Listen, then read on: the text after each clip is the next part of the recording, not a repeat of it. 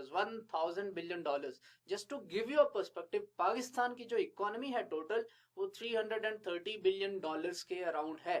यानी पाकिस्तान 3 गुना, पाकिस्तान की जो टोटल कंट्री का जीडीपी है उसके 3 टाइम्स ग्रेटर ये प्रोजेक्ट है।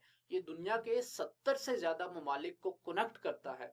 इसके अगेन 2 पार्ट्स हैं। न्यू सिल्क रोड भी इसको कहा जा रहा है, वही पुरानी बात के reviving the ancient silk trade route, जो कि चाइनीज सिविलाइजेशन में आज से 2000 साल पहले से एस्टेब्लिश था। क्योंकि बुनियादी तौर पे जो चाइनीज थे वो सिल्क का काम करते थे। पुरानी हिस्ट्री अगर आप पढ़े तो चाइना में सिल्क का कारोबार, जो चाइना का सिल्क था वो सारी दुनिया में मशहूर था। तो यहाँ से सिल्क जो है वो दुनिया के बाकी रीजन्स में ट्रेवल करता था, स्पेशली यूरोप और सेंट्रल एशिया और साउथ एशिया में और एशिया के बाकी पार्ट्स में। तो ये इसलिए मशहूर था। तो उस ट्रेड रूट को जो है वो रिवाइज करने की चाइना कहता है कि हम कोशिश कर रहे हैं। दूसरी तरफ साथ जो है पिछले 30-40 सालों में चाइना एक इंडस्ट्रियल पावर हाउस भी बना है। चाइना की मैन्युफैक्चरिंग सेक्टर जो है वो बूम किया है उसने। तो अब चाइना ऐसा है कि वो बल्क में प्रोडक्शन बहुत ज्यादा कर रहा है। जब प्रोडक्शन ज्यादा आप कर रहे हो तो आपको मार्केट्स की जरूरत होती है। तो अपनी गुड्स को एक्सपोर्ट करने के लिए भी आपको जो है वो लैंड की जरूरत होती है, ट्रांजिट कॉरिडोर्स की जरूरत होती है। तो वो ट्रांजिट कॉरिडोर अगर जमीन के थ्रू हो तो सिल्क रोड इकोनॉमिक वर्ल्ड बन जाता है। अगर उसको आप समुद्र के थ्रू, कार्गो शिप्स के थ्रू भेजें तो वो जो है आपका बन जाता है मैरीटाइम सिल्क रोड। कहा जाता है, बाज कंट्रीज कहते हैं कि ये मार्शल प्लान, जैसे वर्ल्ड वॉर 2 के बाद यूनाइटेड स्टेट्स ऑफ अमेरिका ने यूरोप में मार्शल प्लान स्टार्ट किया था पूरे यूरोप को रिकंस्ट्रक्ट करने के लिए। तो इसको बाज बाज जो पॉलिटिकल साइंटिस्ट हैं वो कहते हैं कि ये जो है वो नया मार्शल प्लान है जो कि चाइना स्टार्ट कर रहा है। अगेन 2 इसके पार्ट्स हैं। इसके पीछे जो है वो विजन क्या है उसको हम देखते हैं, 21st century maritime silk road और सिल्क रोड इकोनॉमिक वर्ल्ड। तो इसके 2 हिस्से हैं, ये दोनों आपने समझने हैं। ये 70 कंट्रीज को जोड़ रहा है। इंपॉर्टेंट बात यह, चाइना ने 68 कंट्रीज के साथ मेमोरेंडम ऑफ अंडरस्टैंडिंग साइन किया। सबसे ज्यादा किसके साथ साइन किए हैं? ऑब्वियसली पाकिस्तान के साथ। इसमें जो है वो $200 बिलियन से ज्यादा की ग्रांट्स हैं, लोन्स हैं, इंफ्रास्ट्रक्चर के इन्वेस्टमेंट के प्रोजेक्ट्स हैं।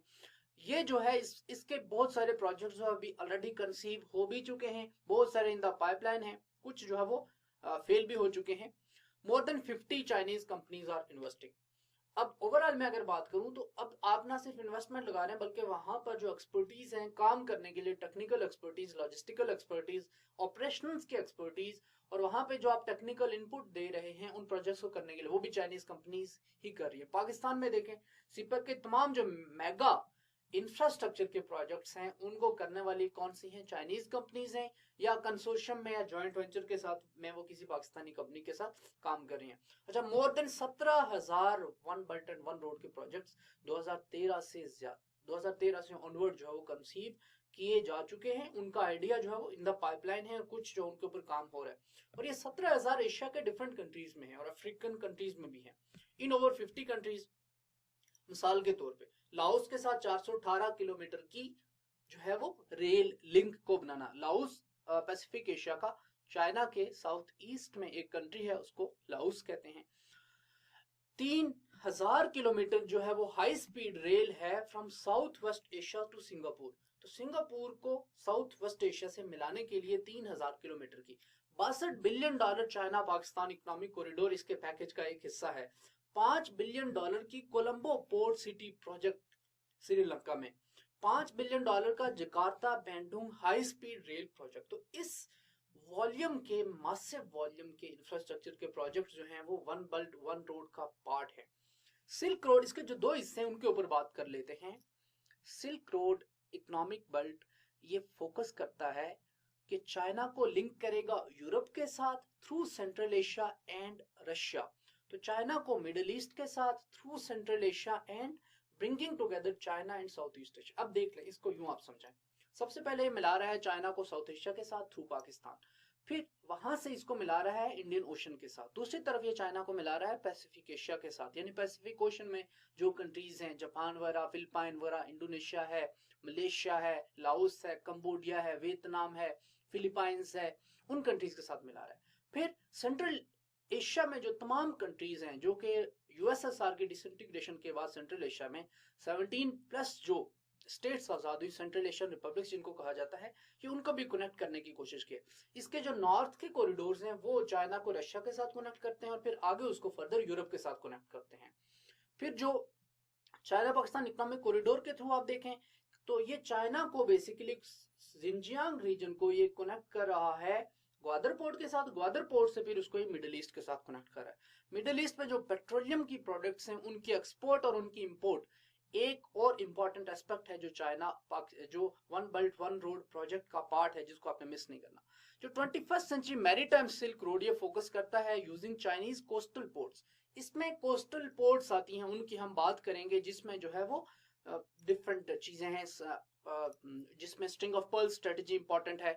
इसमें पैसिफिक ओशन और इंडियन ओशन में पावर की गेम है जो कि यूनाइटेड स्टेट्स ऑफ अमेरिका के दरमियान और चाइना के दरमियान है। तो ये बेसिकली पावर प्ले है इन दो ओशनिक रीजन्स में, एक तरफ है चाइना, दूसरी तरफ है United States of America, Indian ocean में और पैसिफिक ओशन में। ये एंगल भी आपने मिस नहीं करना। More than 60 countries and regions currently accounting for some 30% of global GDP and more than 35% of, तो 30% ऑफ ग्लोबल जीडीपी का ये कंट्रीज जो कि वन बेल्ट वन रोड का पार्ट है, वो 30% ऑफ ग्लोबल जीडीपी कॉन्स्टिट्यूट करते हैं, ग्लोबल जीडीपी बनाते हैं। और मजे की बात कि 35% ऑफ वर्ल्ड ट्रेड जो होती है वो इन्हीं कंट्रीज में होती है। तो बुनियादी तौर पे चाइना क्या कोशिश कर रहा है, वन बेल्ट वन रोड के थ्रू, कनेक्टिविटी और कॉरिडोर के प्रोजेक्ट्स के थ्रू 1/3 ऑफ ऑल ग्लोबल जो ट्रेड हो रही है उसकी ट्रांजिट को कंट्रोल करने की कोशिश है। अब दुनिया में हर 3 या हर 4 में से एक बंदा जो है वो चाइनीज है। हर 3 या हर 4 में से दुनिया में एक बंदा जो है वो चाइनीज डिसेंट का है, चाइनीज ओरिजिन का है या चाइना से ताल्लुक रखता है। इससे आप वॉल्यूम का अंदाजा लगा सकते हैं कि चाइना क्यों जो है वो ग्लोबल लेवल के ऊपर मार्केट्स को कैप्चर करने की कोशिश कर रहा है। अगेन इसका जो ट्रांजिट का स्ट्रिंग ऑफ पर्ल्स जो है वो एक थ्योरी है जो कि बुनियादी तौर पे वेस्टर्न जो पॉलिटिकल साइंटिस्ट हैं उन्होंने कहा है कि ये चाइना की कोशिश है स्ट्रिंग ऑफ पर्ल्स के थ्रू, स्ट्रिंग ऑफ पर्ल्स थोड़ी देर बाद आप मैप में भी देखेंगे स्ट्रिंग ऑफ पर्ल्स क्या है, कि डिफरेंट पोर्ट्स बना के चाइना जो है वो पैसिफिक एशिया में, पैसिफिक ओशन में और इंडियन ओशन रीजन में अपनी डोमिनेंस को बरकरार रखना चाहता है। इसको वो कहते हैं कि ये स्ट्रिंग ऑफ पर्ल्स स्ट्रेटजी है। अब स्ट्रिंग ऑफ पर्ल्स में चाइना का जो नेशनल सिंबल है वो ड्रैगन है। तो ड्रैगन जो वो चाइनीज कल्चर में बहुत प्रोमिनेंस रखता है, तो इसको वो कहते हैं कि ये ड्रैगन का क्लॉ है या ड्रैगन का क्लच है, यानी ड्रैगन या चाइनीज जो अजदहा है वो अपना कंट्रोल जो है वो सारी दुनिया के ऊपर, एशिया के ऊपर और अफ्रीका के ऊपर कंट्रोल करना चाह रहा है। इस तरह से इसको देखते हैं western philosophers, obviously United States of America के लोग और यूके के जो पॉलिटिकल साइंटिस्ट हैं वो इसको इस तरह से देखेंगे। वजह क्या है? वजह यह है कि ऑब्वियसली हर सिविलाइजेशन का एक बायस होता है। आपके अलावा अगर कोई दूसरा आपका दुश्मन हो, अब चाइनीज और वेस्टर्न सिविलाइजेशन, आपको क्लैश ऑफ सिविलाइजेशन की थ्योरी याद होगी, उसमें साइनिक सिविलाइजेशन, चाइनीज सिविलाइजेशन का भी जिक्र है। तो जो चाइनीज सिविलाइजेशन है उसको वेस्टर्न सिविलाइजेशन अपने होस्टाइल सिविलाइजेशन या अपनी एक एडवर्सेरियल सिविलाइजेशन के तौर पे देखती है। तो वो एंगल आपने मिस नहीं करना। स्ट्रिंग ऑफ पर्ल्स के पीछे वही एक्सप्लेनेशन आपको काम आएगी। फिर चाइना इसके थ्रू अपनी जो सी लेन्स ऑफ कम्युनिकेशन है उनको प्रोटेक्ट करने की भी कोशिश कर रहा है। One belt one road. अब हम कुछ मैप्स के ऊपर बात करते हैं ताकि थोड़ा सा आपको ये क्लियर हो। अब ये ईस्ट चाइना की जो पोर्ट्स हैं यहाँ पे आप देख सकते हैं, इन पोर्ट्स को थ्रू मलेशिया जकार्ता से होके, स्टेट ऑफ मलाक्का से होते हुए सितवे पोर्ट है म्यांमार में, वहां से बांग्लादेश में भी पोर्ट है, श्रीलंका में कोलंबो पोर्ट है, वहां से फिर पाकिस्तान में ग्वादर पोर्ट है, और इसके अलावा ये जो हॉर्न ऑफ अफ्रीका है, सोमालिया, एथोपिया, वहां पे भी इसके पास प्रोजेक्ट्स हैं। वहां से होकर पर्शियन गल्फ के, यहाँ से पर्शियन गल्फ के थ्रू मिडिल ईस्ट को अप्रोच करने की कोशिश है, और रेड सी से होते हुए, बाबल मंदब से होते हुए मिडिल ईस्ट, इजिप्ट के पास से होते, स्वीज कैनाल से होते हुए मेडिटेरेनियन, ये ट्रेड का रूट बन रहा है, ट्रेड का कॉरिडोर बन रहा है, और मेडिटेरेनियन से होते हुए ऊपर यूरोप, इटली, वेनिस, और फिर इटली वेनिस से ऊपर जर्मनी, फ्रांस, और इवन वेस्टवर्ड जो है वो यूके तक एक्सेस जो है वो ये प्रोजेक्ट जो है वो चाइना को देता है। स्ट्रिंग ऑफ पर्ल्स क्या है कि ये इंडियन ओशन में और पैसिफिक ओशन में जो डिफरेंट पोर्ट्स हैं, चाइना इन पोर्ट्स के थ्रू पोर्ट्स बना के इंडियन ओशन में और पैसिफिक ओशन में अपना होल्ड मिलिटरीली, इकोनॉमिकली बरकरार रखना चाहता है, और यूनाइटेड स्टेट्स ऑफ अमेरिका और बाकी जो इसके रीजनल कंपेटिटर्स हैं like Singapore, like Australia, like Japan, like Philippines, like India, इनको जो है वो चाइना डोमिनेट करना चाहता है। अब जो स्ट्रिंग ऑफ पर्ल्स है, इसमें आपको ये डिफरेंट स्ट्रिंग्स नजर आ रही हैं। ये ग्वादर है जो है, ये डेगो गार्शिया यहाँ पे, कोलंबो म्यांमार में, बांग्लादेश में पोर्ट है, म्यांमार में पोर्ट है। उसके अलावा जो है वो पोर्ट ब्लेयर जो है वो इंडिया के कंट्रोल में है। यहाँ पे साथ ताइवान के पास से होते हुए जो ईस्टर्न चाइना है, ईस्टर्न चाइना में जो तमाम पोर्ट्स हैं, चाइना के ईस्ट में जो पोर्ट्स हैं बुनियादी तौर पे वहां से लेकर ग्वादर पोर्ट तक और फिर नीचे हॉर्न ऑफ अफ्रीका यहाँ तक एक पोर्ट्स का जाल है। ये 10-11 पोर्ट्स बनती है बुनियादी तौर पे टोटल। तो इन पोर्ट्स को मिला के यहाँ पे आप देख सकते हैं इस मैप में टोटल ये आपको स्ट्रिंग ऑफ पर्ल्स, एक मैप में आपको सारा स्ट्रिंग ऑफ पर्ल्स समझ आ जाएगा। ग्वादर नेवल बेस है, कमर्शियल एंड नेवल बेस है बांग्लादेश में, सर्वेलेंस फैसिलिटी है थाईलैंड में, कंबोडिया में जो है वो क्रा केनाल है, फिर साउथ चाइना सी ऑयल ड्रिलिंग सर्वे, वुडी आइलैंड्स, ट्रांसपोर्टेशन के कॉरिडोर्स हैं, अपग्रेडेड पोर्ट फैसिलिटी है, यह है भूटान में। तो ये सारे जो है वो चाइना के पास ये इंफ्रास्ट्रक्चर के प्रोजेक्ट्स हैं, चाइना जिनको कंट्रोल कर रहा है। यहाँ से आपको स्ट्रिंग ऑफ पर्ल्स की एक और जो है वो ग्राफिकल एक्सप्लेनेशन नजर आ रही है। इस तरह जो है वो स्ट्रेट ऑफ हुर्मुज से होते हुए, क्योंकि स्ट्रेट ऑफ हुर्मुज से ग्लोबल ऑयल का कॉरिडोर, ग्लोबल ऑयल के जो फ्लोज हैं पेट्रोलियम के प्रोडक्ट्स की जो इंपोर्ट एक्सपोर्ट होती है, जो एक्सपोर्ट होती है मिडिल ईस्ट से, वो यहाँ से होती है, स्ट्रेट ऑफ हुर्मुज से होती है। तो स्ट्रेट ऑफ हुर्मुज, ग्वादर जो है वो स्ट्रेट ऑफ हुर्मुज के मुंह के ऊपर वाक़ है, पर्शियन गल्फ के स्टार्ट में वाक़ है। जब चाइना पाकिस्तान इकोनॉमिक कॉरिडोर के थ्रू चाइना ग्वादर के ऊपर होल्ड रखेगा तो इसी के थ्रू सारे इंडियन ओशन के ऊपर कंट्रोल रख लेगा, सारे बे ऑफ बंगाल के ऊपर कंट्रोल रख लेगा, और सारा जो है वो साउथ चाइना सी के ऊपर कंट्रोल रख लेगा। तो बुनियादी तौर पे ये जो तीनों ओशंस हैं, इन तीनों के ऊपर चाइना का कंट्रोल होगा। तो ये है स्ट्रिंग ऑफ पर्ल्स स्ट्रेटेजी के डिफरेंट मोती हैं, मोतियों की स्ट्रिंग बनाई हुई है। ये मोती कौन से हैं? पोर्ट्स के मोती हैं। तो ये सारे जब चाइना के पास होंगे तो कंट्रोल ऑब्वियसली चाइना का होगा। अब हम बात करेंगे कि वन बेल्ट वन रोड जो प्रोजेक्ट है, इसके पीछे आइडिया क्या है। आइडिया यह है कि ये स्टार्ट किया कम्युनिस्ट पार्टी ऑफ चाइना ने नवंबर 2015 में। अगर मैं कहूं तो शी जिनपिंग की, जो चाइना का प्रेसिडेंट है Xi Jinping, this is an effort bye Xi Jinping to consolidate his power and entrench his power and control over Chinese internal politics। इसके गोल क्या है? मिसाल के तौर पे गोल्स की बात करें, विजन की बात करें, तो तमाम अच्छी बातें, तमाम जो झूठे और फ्रीबी दावे हैं वो गोल्स और विजन में लिखे जाते हैं। To actively participate in global economic governance and supply of public goods, to enhance strategic layout by promoting two-way opening China or rest of the world, promotion of international cooperation in capacity building to create a landscape of opening up of land and sea corridors। तो तमाम अच्छी बातें जो हैं वो आपको इसके goals में मिल जाएंगी। वन बेल्ट वन रोड के डिफरेंट इंपॉर्टेंट एस्पेक्ट्स क्या हैं उसके ऊपर भी हम बात करते हैं। मिसाल के तौर पे it's an effort to open up to the east and waste.